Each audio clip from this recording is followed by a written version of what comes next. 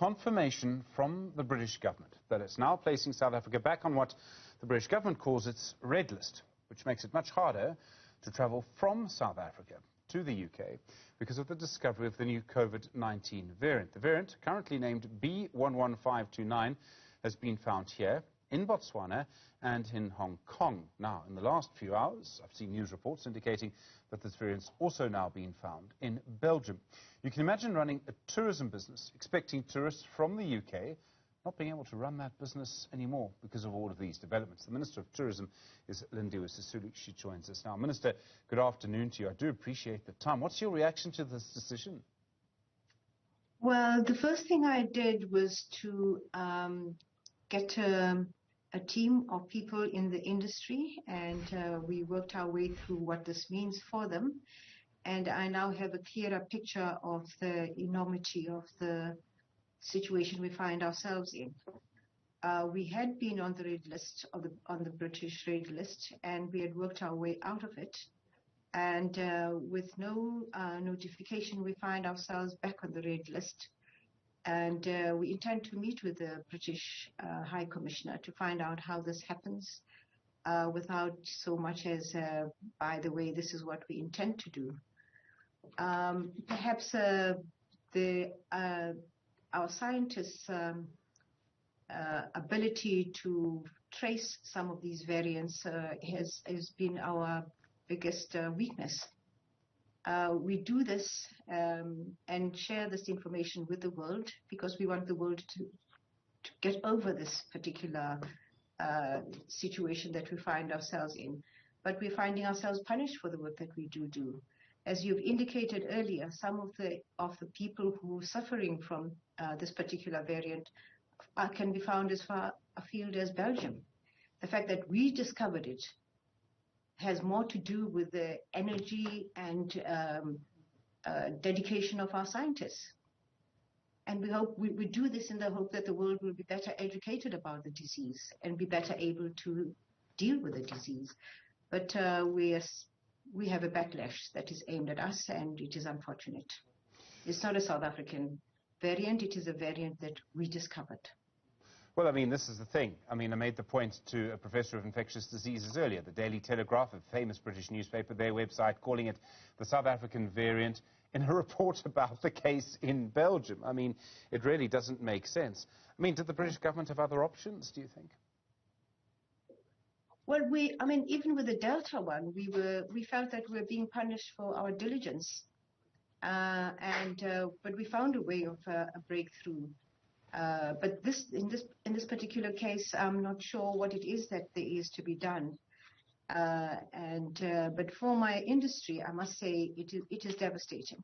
It is devastating because we've just begun to put together a recovery plan for our people, and they're expecting tourists from abroad. We've been inviting them, enticing them to come to sunny South Africa. I don't know what else to say now. I really don't know what else to say. But this has cost us dearly, and I mean, the impact of it is felt in a loss of livelihood, it's felt in a loss of income, it's felt in a loss of jobs. It means the lives of so many people in our tourism industry are affected in such a big way. Well, of course, because after we'd passed the recovery plan and we'd discussed with them, we were gearing up, and they've stocked up, and they've refurbished the hotels and all those places that tourists go to, and then they've invested in that, looking forward to summer. And out of the blue, without so much as by your leave, we find this information out in the open, and I would have expected that there would be some kind of consultation around this, tracing it back to how did we discover it and what was the purpose of publishing it. But my industry is on its knees and will be for a long time. In the meeting I had with them a few minutes ago, they indicated to me the loss that they've suffered, running into billions over the last year or so. And they can't sustain that anymore. It seems to me that there are probably two big things that are going to happen next that might determine how serious the situation is. The one is that the World Health Organization will determine whether this is a variant of interest or a variant of concern. And then the second is the scientists are doing their work, I'm sure they're already doing it, to work out if the vaccines that we currently have, the immunity that we have from having had the virus before in many cases, actually works against this variant. What I'm trying to get to is in about 2 weeks from now, we might know the answer to that. We might find we have nothing to worry about. We might find we do have something to worry about. But we might find actually we have nothing to worry about. And yet the British government's already done this. Well, if we're going to work out whether this is something to worry about or something not to worry about, there is the World Health Organization which deals with this matter. And only after they've investigated this information that we've given to them would they be indicating to the world whether this is something of interest or something of concern, as you've indicated. They have not indicated that. But we find that not only Britain, but a number of other countries have followed suit, shutting down their doors on us. And it's just mind-boggling. For us, it is mind-boggling, completely mind-boggling. For the tourism industry, it's just a terrible blow.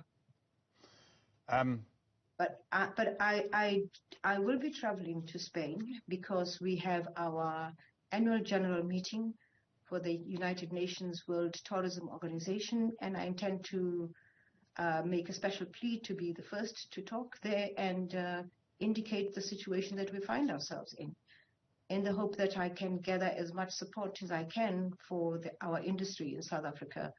We've done nothing more than just abide by the regulations, and our scientists who tried their best to make sure that we can get ahead of this disease. Minister, there's a National Coronavirus Command Council meeting on Sunday. There'll be a cabinet meeting. If any decision that comes from that meeting would have to go through cabinet as well. There'll be discussions in these forums. December is coming. Frankly, if I can speak as just a human being, as a person for a moment, I think this country needs a December, but that's a different question. I mean, are you going to push there to keep domestic tourism open at least? Sorry, could you repeat that? Are you going to push in cabinet to keep domestic tourism open, that there won't be hard lockdowns over December, that people will be able to go home to the Eastern Cape or on holiday to KZN over December? This is domestic tourism I'm talking about. That's a request that has come from the tourism industry to say, please, whatever you do, don't give us another hard lockdown.